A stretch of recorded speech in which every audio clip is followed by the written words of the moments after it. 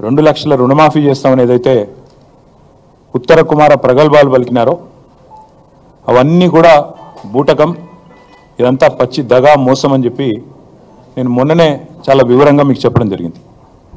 తదనంతరం మొన్నటి పత్రికా సమావేశం తర్వాత కూడా మేము ఆశించాం ప్రభుత్వం నుంచి నిజాయితీగా ముందుకొచ్చి చేయలేకపోయినాము, మా వల్ల కాలేదు, మేము ఇప్పటిదాకా చేసినవన్నీ కూడా చెప్పినవన్నీ కూడా అర్ధసత్యాలు, అసత్యాలు, మాకు ప్రభుత్వ నిర్వహణ అనేది చేత కావడం లేదు అని కనీసం ఓపెన్గా చెప్పినా చెప్పకపోయినా రుణమాఫీ అనేది మా వల్ల కాలేదు అని చెప్తారేమో అనుకున్నాం.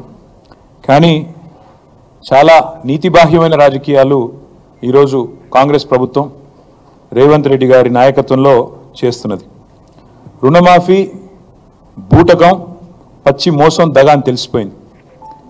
రుణమాఫీ కాదు, జరిగింది మాఫీ కాదు, పెట్టింది రైతుకు టోపీ అనేది చాలా స్పష్టంగా అందరికీ కూడా అర్థమైంది.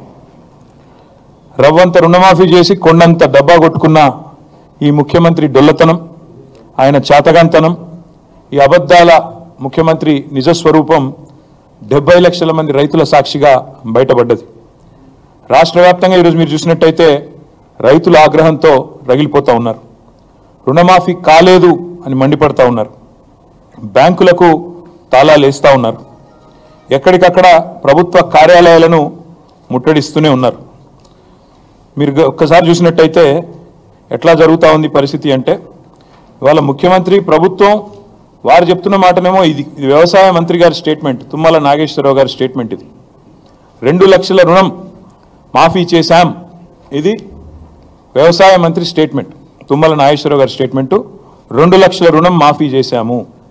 కానీ పత్రికల్లో కొన్ని పత్రికలు చాలా స్పష్టంగా రాశాయి, రుణం తీరలేదు, రుణం తీరలేదు. ఎలా మోసం జరిగింది చెప్పారు, నేను కూడా వివరంగా చెప్తాను. రైతులతో మాట్లాడిచ్చారు. తర్వాత రైతులు రాష్ట్ర వ్యాప్తంగా రోడెక్కుతున్నారు, మాకెందుకు రుణమాఫీ జరగలేదు అని చెప్పి రైతులు రాష్ట్ర వ్యాప్తంగా రోడెక్కుతా ఉన్నారు. ఎక్కడికక్కడ ఇవాళ రణరంగంగా రుణభంగం జరిగింది కాబట్టి రణరంగంగా రాష్ట్రంలోని ప్రతి గ్రామం కూడా మారిన పరిస్థితి.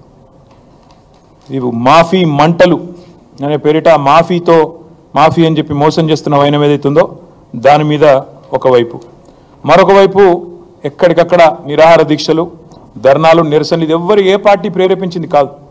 రైతులు స్వచ్ఛందంగా తమ కడుపు మంటతో ప్రభుత్వ కార్యాలయాల్లోకి, అదేవిధంగా బ్యాంకుల దగ్గర చేరి ఇవాళ ఎక్కడికక్కడ ప్రభుత్వ కార్యాలయాలను కూడా ముట్టడిస్తూ ఉన్నారు. ఇప్పుడు చూడండి, ఇది ఆగని అన్నదాతల నిరసనలు, ఒక ఫుల్ పేజ్ మొత్తంగా ఎక్కడికక్కడ రాష్ట్ర వ్యాప్తంగా రగులుతున్న పరిస్థితి ఇట్లా కనబడుతూ ఉంది. వాస్తవాలు ఇట్లా ఉన్నాయి. 4-5 రోజులుగా ఏ పత్రిక చూసినా, మరి టీవీ చూసినా రుణమాఫీ మీద రగులుతున్న రైతు లోకం, రైతు ఆందోళనలతో అట్టుడుకుతున్న రాష్ట్రం, సీఎం దిష్టిబొమ్మల ఊరేగింపులు, నిరసనలు, ఇవన్నీ కూడా ఒకవైపు కనబడతా ఉన్నాయి.